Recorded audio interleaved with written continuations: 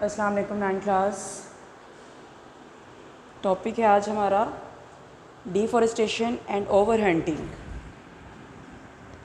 Topic है आज का डिफॉरेस्टेशन एंड ओवर हंटिंग। अब डिफॉरेस्टेशन और ओवर हंटिंग का मतलब क्या है? सबसे पहले हम देखते हैं डिफॉरेस्टेशन क्या है। डिफॉरेस्टेशन, जब डी वर्ड आ जाता है इसका मतलब रिमूवल ऑफ फॉरेस्ट। तो फॉरेस्ट को रिमूव करना किस लिए? मुख्तलिफ़ पर्पसेस के लिए लोग फॉरेस्ट को, जंगलात को ख़त्म कर देते हैं और ये अमल कहलाता है डिफॉरेस्टेशन। तो इसकी डेफिनेशन क्या है? Cutting down of forest, cutting down of forest या trees for the conversion of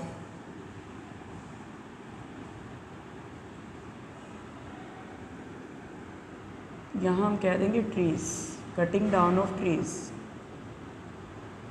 for the conversion of forest to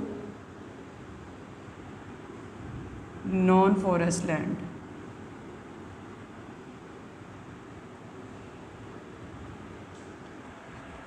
दरख्तों को जब हम काटते हैं तो उनके काटने से क्या हुआ? फॉरेस्ट जो है वो नॉन फॉरेस्ट लैंड में कन्वर्ट हो गया। इस अमल को हमने नाम क्या दिया? डिफॉरेस्टेशन। तो डिफॉरेस्टेशन क्या है? एक अच्छा अमल है, चाहे वो डेवलपिंग कंट्रीज़ हैं या डेवलप्ड वर्ल्ड है, तरक्की याफ्ता ममालिक हैं या तरक्की पजीर ममालिक हैं, दोनों के लिए ही फॉरेस्ट जो हैं वो बहुत ज़्यादा इंपॉर्टेंस रखते हैं।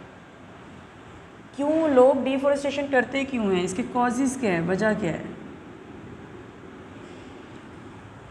वजह क्या हो सकती है? लोगों को फर्नीचर या जलाने के लिए अगर लकड़ी चाहिए है तो वो उस लकड़ी को हासिल करने के लिए उन दरख्तों को काट देंगे या काट सकते हैं, ये वजह हो सकती है। उसके अलावा किसी ने खेती बाड़ी का काम करना है, एग्रीकल्चर के लिए, ज़राअत के लिए लोग दरख्तों को काट सकते हैं। या किसी ने बड़े पैमाने पर कोई सोसाइटीज़ वगैरह बनानी है, शहरी आबादियाँ जो हैं उनकी वो बनानी है वहाँ पर, तो अर्बन डेवलपमेंट के लिए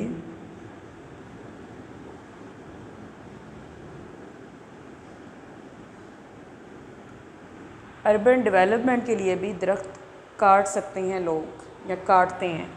तो कॉजेज़ क्या क्या हैं? मेन क्या पर्पस हो सकता है? किसी ने कोई वहाँ से लकड़ी हासिल करनी है मुख्तलिफ़ कामों के लिए, एग्रीकल्चर है या अर्बन डेवलपमेंट है, शहरी आबादियों की वहाँ पर वो रिहाइश चाह रहे हैं करना, शहरी आबादियाँ बनाना चाह रहे हैं, मुख्तलिफ़ सोसाइटीज़ बनाना चाह रहे हैं। तो ये डिफरेंट कॉजेज़ या वजूहात हैं जिस वजह से लोग दरख्तों को काट रहे हैं। तो अपनी आसानी के लिए, अपनी वक्ती आसानी के लिए वो बहुत ज़्यादा अपना देर पा या लॉन्ग टर्म नुकसान कर रहे हैं। अब इसके इफ़ेक्ट्स क्या होंगे? असरात क्या होंगे? दरख्त हमने काट दिए तो क्या कोई नुकसान नहीं होगा? इसके इफ़ेक्ट्स क्या क्या हो सकते हैं? नंबर 1 है, एक तो इसकी सॉइल अमाउंट पर फ़र्क पड़ता है। Effect on amount of water in soil and in atmosphere.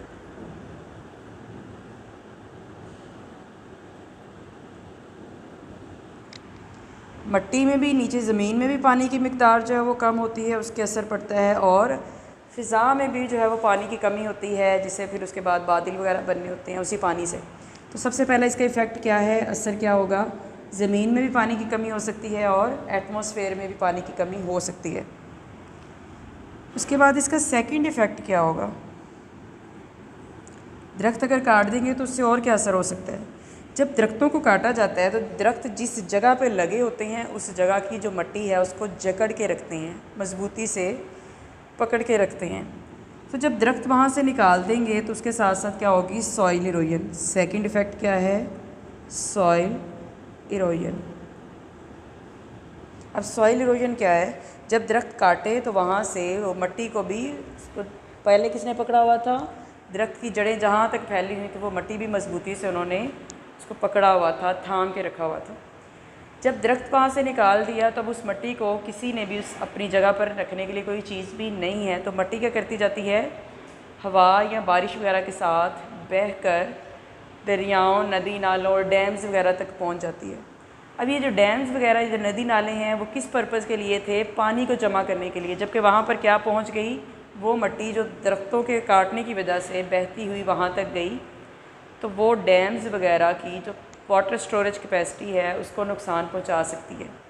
यानी वहाँ पर क्या जमा होता जाएगा, ये मिट्टी और रेत वगैरह जो वहाँ गई है वो भर जाएगी और पानी जो कम से कम वहाँ स्टोर हम कर सकेंगे, तो सॉइल इरोजन होगी और अल्टीमेटली क्या होगा, वाटर स्टोरेज कैपेसिटी भी डैम्स वगैरह की कम हो सकती है इसकी वजह से।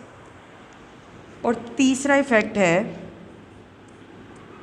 थर्ड इफ़ेक्ट है डिक्रीज़ ट्रांसपिरेशन।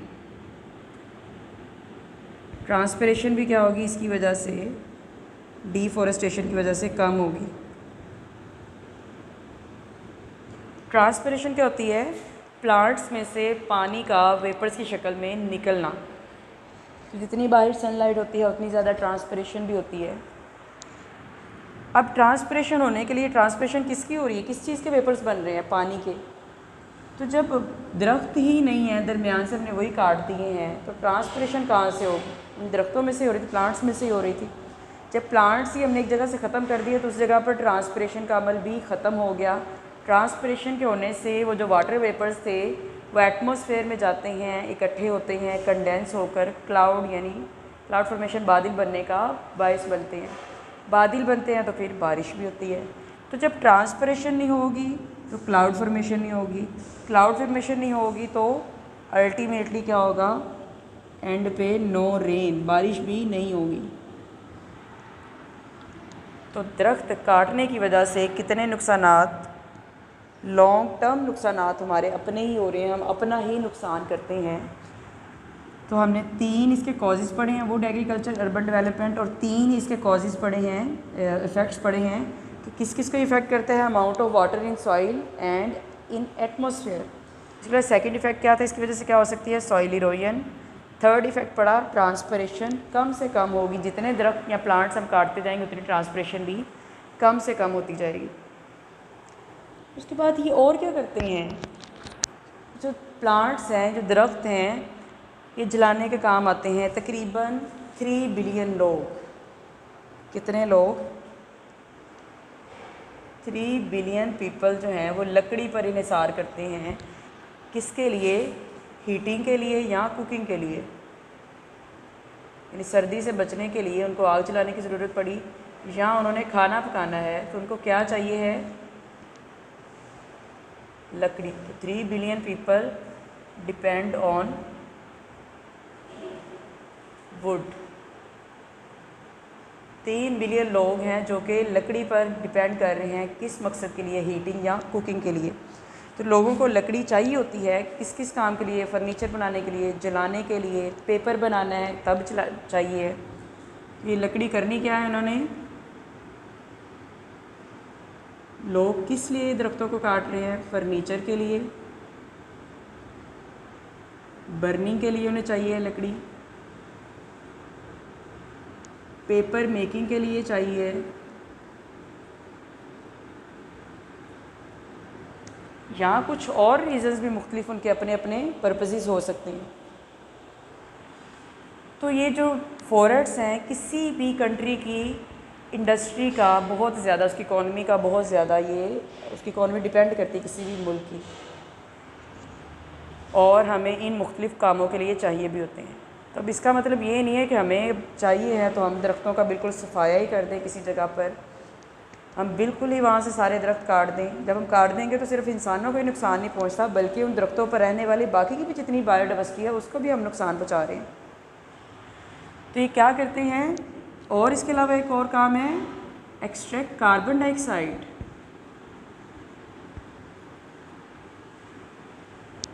कार्बन डाइऑक्साइड को रिमूव करते हैं। जो फॉरेस्ट हैं, कार्बन डाइऑक्साइड हमारे लिए नुकसानदेह है तो उसको निकालने का काम करते हैं। जब फॉरेस्ट ही नहीं होंगे तो कार्बन डाइऑक्साइड की अमाउंट ज़्यादा होती जाएगी। इसके अलावा किसी भी मुल्क की एस्थेटिक ब्यूटी, किसी भी कंट्री की एस्थेटिक ब्यूटी में इजाफ़ा करते हैं।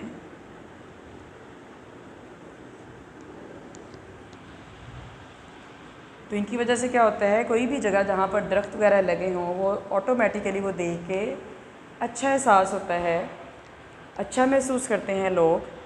तो एस्थेटिक ब्यूटी में कार्बन डाइऑक्साइड को एक्सट्रैक्ट करते हैं, पेपर मेकिंग में इनका काम है, जलाने के काम आते हैं, फर्नीचर वगैरह बनाने के काम आते हैं, जो इनका पल्प है उसको निकाल कर पेपर बनाया जाता है। तो बहुत सारे मुख्तलिफ़ कामों के लिए ये दरख्त जो है ये हमें चाहिए भी होते हैं। तो एक ही दफ़ा हमने काट कर इनको फेंक दिया या हमने इस्तेमाल कर लिया तो बाद में हमें ये सारे कामों के लिए इन दरख्तों की ज़रूरत भी है। जो खैबर पख्तूनख्वा है वहाँ पे KPK में तकरीबन हर साल एनुअली 1% की रेशो से दरख्त क्या हो रहे हैं, ट्रीज़ कम हो रहे हैं।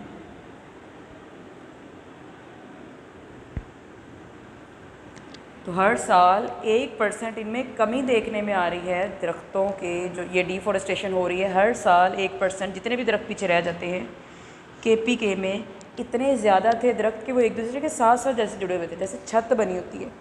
लेकिन अब क्या है, हर साल ग्रेजुअली इनमें 1% हर साल कम से कम होते जा रहे हैं दरख्त। तो ये डिफॉरेस्टेशन है। इसकी हमने डेफिनेशन देखी कि डिफॉरेस्टेशन का मतलब क्या है, वजह कौन है डिफॉरेस्टेशन की, किस वजह से दरख्त काटते हैं हम, और उसके इफ़ेक्ट्स क्या होते हैं फिर, और इसके अलावा हमें चाहिए क्यों है। ये जो फॉरेस्ट हैं, ये जो दरख्त हैं, ये हमें हमारे किस किस काम आते हैं। उसके बाद लास्ट में जो थोड़ा सा ओवर हंटिंग के बारे में बताया गया है कि ओवर हंटिंग क्या है। अब नाम ही हमें बता रहा है ओवर हंटिंग, यानी किसी भी जानवर का ज़रूरत से ज़्यादा शिकार करना, बहुत ज़्यादा शिकार करना। अब कुछ लोग जानवरों का शिकार करते हैं अपने खाने पीने के लिए, कुछ जो है वो जस्ट अपना फ़न के लिए जो है वो जानवरों की ज़िंदगी जो है वो दाव पर लगा देते हैं। तो ओवर हंटिंग जब की जाती है तो उससे जानदार जो पहले ज़्यादा थे अगर, तो वो क्या हो सकते हैं, एंडेंजर हो सकते हैं, यानी वो अब कम हो सकते हैं। अगर वो पहले ही एंडेंजर्ड थे तो वो क्या हो सकते हैं, एक्सटिंक्ट। ओवर हंटिंग का नुकसान क्या होगा कि जानदार एंडेंजर और एक्सटिंक्ट हो सकते हैं। अगर वो पहले ही कम है तो वो और ज़्यादा ख़त्म हो जाएंगे, बिल्कुल ही ख़त्म हो जाएंगे, एक्सटिंक्ट हो जाएंगे। अगर वो पहले कम नहीं है, काफ़ी ज़्यादा हैं, लेकिन उनका लोग बहुत ज़्यादा शिकार कर रहे हैं, तो वो क्या हो जाएंगे, आने वाले टाइम में एंडेंजर और उसके बाद एक्सटिंक्ट हो सकते हैं। ओवर हंटिंग चाहे लीगल हो चाहे इल्लीगल हो, चाहे उसकी किसी भी मुल्क की गवर्नमेंट इजाज़त दे, लेकिन फिर भी अगर हम बहुत ज़्यादा ज़रूरत से ज़्यादा शिकार करना शुरू कर देंगे तो ये दोनों ही क्या हैं, किसी भी जानदार की ज़िंदगी के लिए ख़तरा है। तो चाहे इजाज़त है, लीगल हंटिंग है या इल्लीगल हंटिंग है, दोनों ही क्या हैं, नुकसानदेह हैं जानदारों के लिए। तो ये ओवर हंटिंग के बारे में थोड़ा सा है, ये शॉर्ट क्वेश्चन आ जाता है। डिफॉरेस्टेशन लॉन्ग क्वेश्चन और यहाँ इसके अंदर से शॉर्ट आ सकते हैं। तो आज हमने डिफॉरेस्टेशन और ओवर हंटिंग इसके बारे में पढ़ा है।